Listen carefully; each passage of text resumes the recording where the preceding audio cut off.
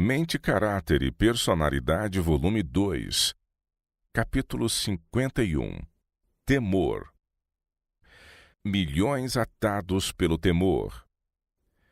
Milhões de criaturas humanas acham-se presas a falsas religiões, na escravidão de um temor servil de estulta indiferença, mourejando como animais de carga, destituídos de esperança, alegria ou inspiração aqui, e tendo apenas um nécio temor do além.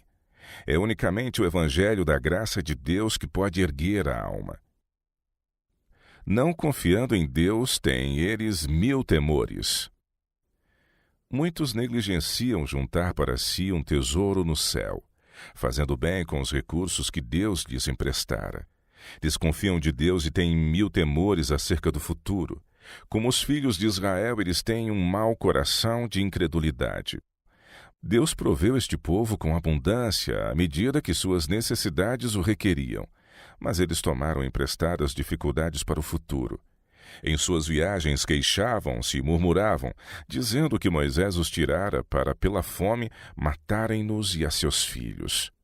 Necessidades imaginárias cerravam-lhes os olhos e o coração, para não verem a bondade e as misericórdias de Deus em seu jornadear, e foram ingratos para com todas as suas munificências. Assim também é o desconfiante professo povo de Deus nesta época de incredulidade e degeneração. Receiam vir a passar necessidades, ou que seus filhos se tornem necessitados, ou que seus netos sofram privações. Não ousam confiar em Deus. Não têm nele genuína fé. Ele que lhes confiou as bênçãos e munificências da vida e lhes deu talentos para usar para sua glória na promoção de sua causa. Satanás tenta governar pelo temor.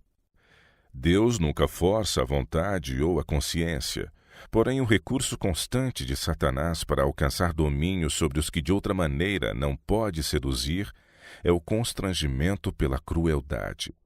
Por meio do medo ou da força, procura reger a consciência e conseguir para si mesmo homenagem. Para realizar isto, opera tanto pelas autoridades eclesiásticas como pelas seculares, levando-as à imposição de leis humanas em desafio à lei de Deus. Consultar os temores fortalece-os.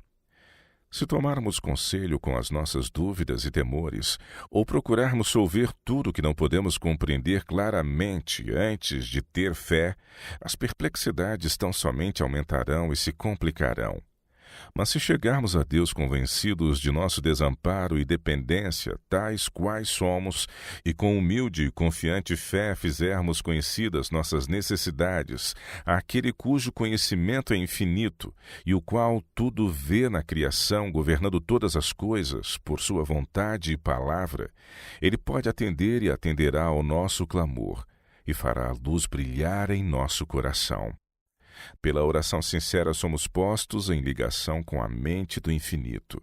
Não temos no mesmo momento evidência notável de que a face do nosso Redentor se inclina sobre nós em compaixão e amor, mas é realmente assim. Podemos não sentir seu contato visível, mas sua mão está sobre nós em amor e compassiva ternura. Causa da enfermidade do corpo e da mente.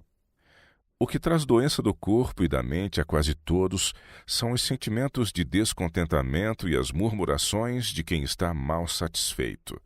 Eles não têm Deus, não possuem a esperança que vai além do véu e que é como âncora para a alma, firme e segura. Todos os que possuem essa esperança purificam-se a si mesmos, como ele é puro. Esses são livres de desassossegados anseios, de queixas e descontentamento. Não estão continuamente esperando o mal e cismando em dificuldade tomada emprestada. Mas vemos muitos que estão passando antecipadamente por um tempo de angústia. Cada traço de sua fisionomia tem estampada a ansiedade. Parece não encontrarem nenhuma consolação, e tem na fisionomia aspectos de contínuo temor, como aguardando algum terrível mal. O temor não traz alívio à alma. Deveis ter clara compreensão do Evangelho. A vida religiosa não é de melancolia e tristeza, mas de paz e regozijo, unidos à dignidade cristã e santa solenidade. Não somos, por nosso Salvador, animados a entreter dúvidas e temores, nem perspectivas desanimadoras. Não trazem elas alívio à alma e devem ser repelidas, e não louvadas. Podemos ter gozo inefável e glorioso. A fé cresce em conflito com a dúvida e o temor. O Senhor frequentemente nos coloca em posições difíceis para estimular-nos a maior aplicação. Em sua providência, às vezes ocorrem contrariedades especiais para testar nossa paciência e fé. Deus nos dá lições de confiança. Ele deseja ensinar-nos onde buscar auxílio e forças em tempo de necessidade. Assim, obtemos conhecimento prático de sua divina vontade, de que muito carecemos em nossa experiência vital. A fé torna-se forte em sério conflito com a dúvida e o temor. O temor revela a incredulidade. Como Jesus descansou pela fé no cuidado do Pai, assim devemos repousar no do nosso Salvador. Houvessem os discípulos confiado nele e ter-se-iam conservado calmos. Seu temor no tempo do perigo revela-lhes a incredulidade. Em seu esforço para se salvarem a si mesmos, esqueceram a Jesus, e foi apenas quando, desesperando de si mesmos, se voltaram para ele, que os pôde socorrer. Quantas vezes se repete em nós a experiência dos discípulos?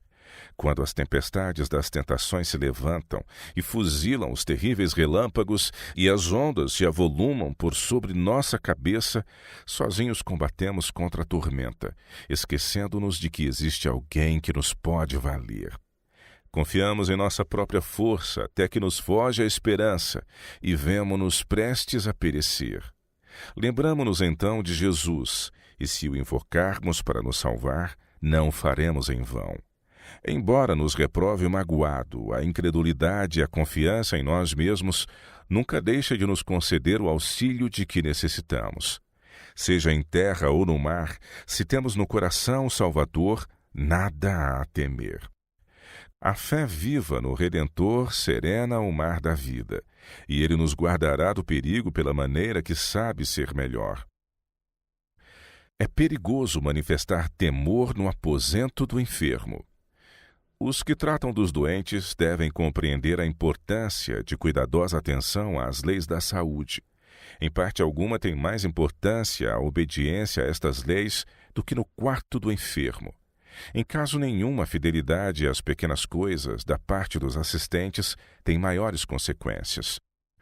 Em casos de doença grave, a menor negligência, a mais ligeira falta de atenção às necessidades especiais ou perigos particulares do enfermo, toda a manifestação de temor, agitação ou impaciência, até uma falta de simpatia, pode fazer pender o fiel da balança que oscila entre a vida e a morte e causar a descida à sepultura de um doente que de outra sorte poderia ter se curado. O temor ofende o Espírito Santo.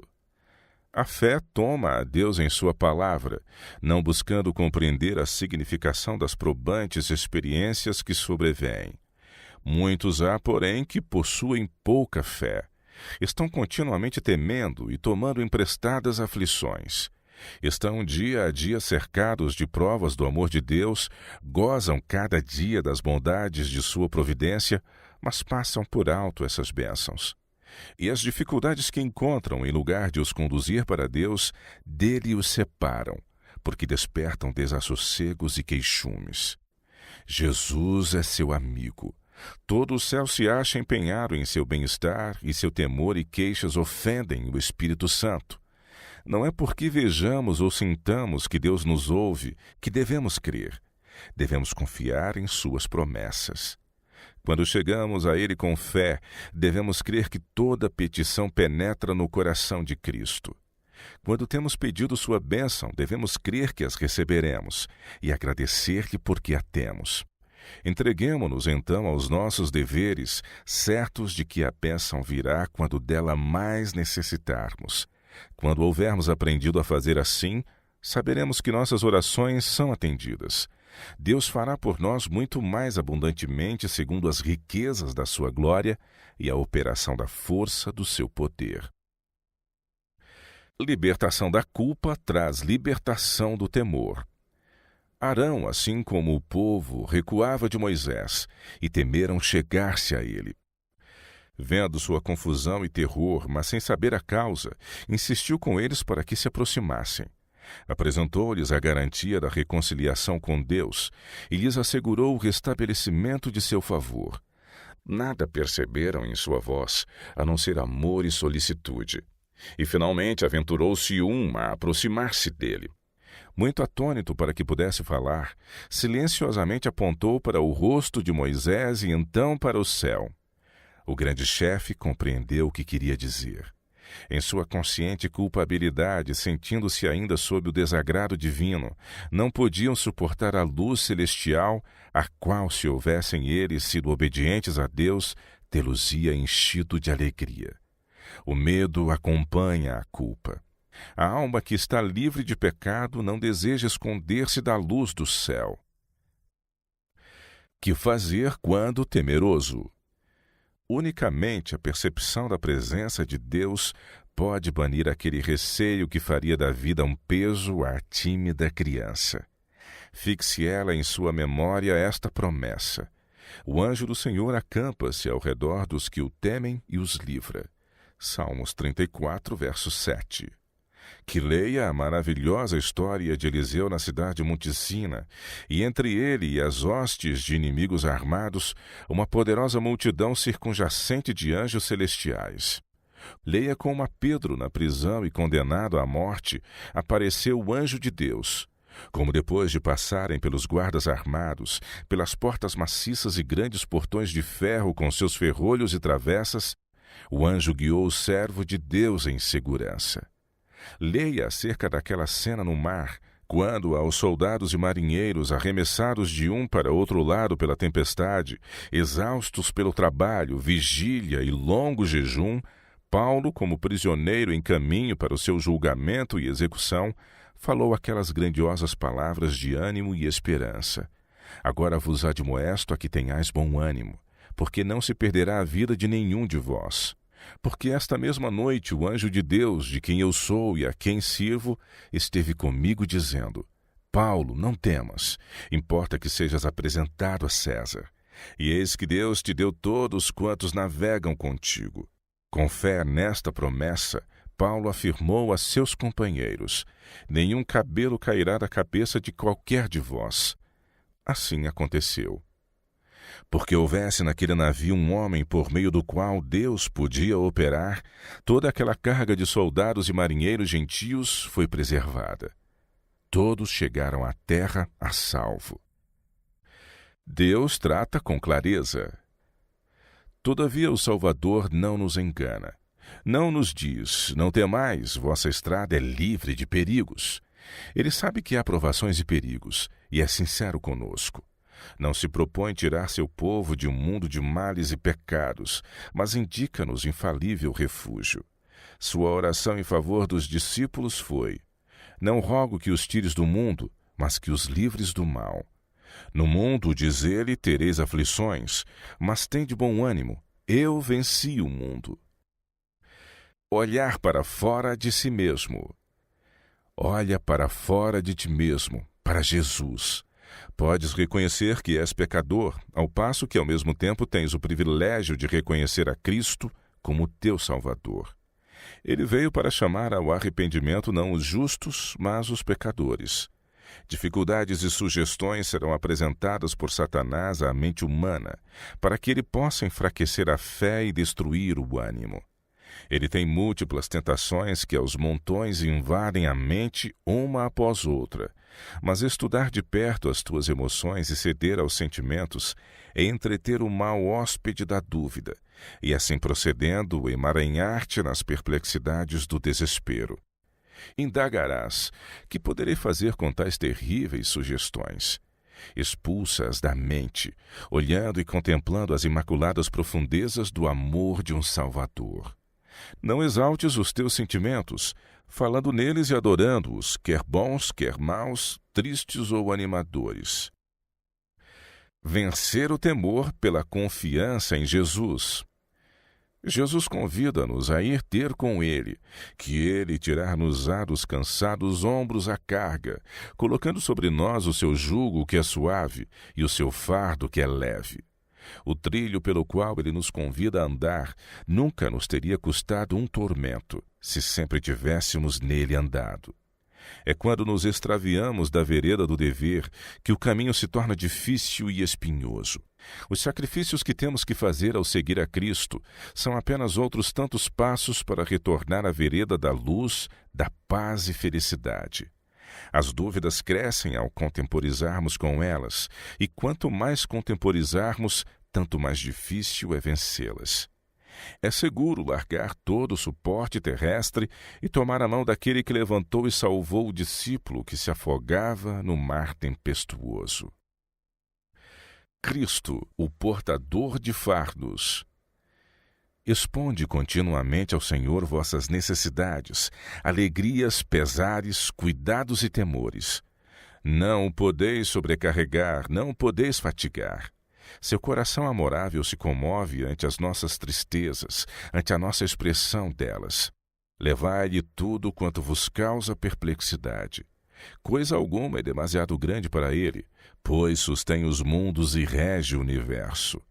Nada do que de algum modo se relacione com a nossa paz é tão insignificante que não o observe. Não há em nossa vida nenhum capítulo demasiado obscuro para que o possa ler, perplexidade alguma por demais intrincada para que a possa resolver. Nenhuma calamidade poderá sobrevir ao mais humilde de seus filhos, ansiedade alguma lhe acossar a alma, nenhuma alegria possuí-lo, nenhuma prece sincera escapar-lhe dos lábios, sem que lhe atraia o imediato interesse.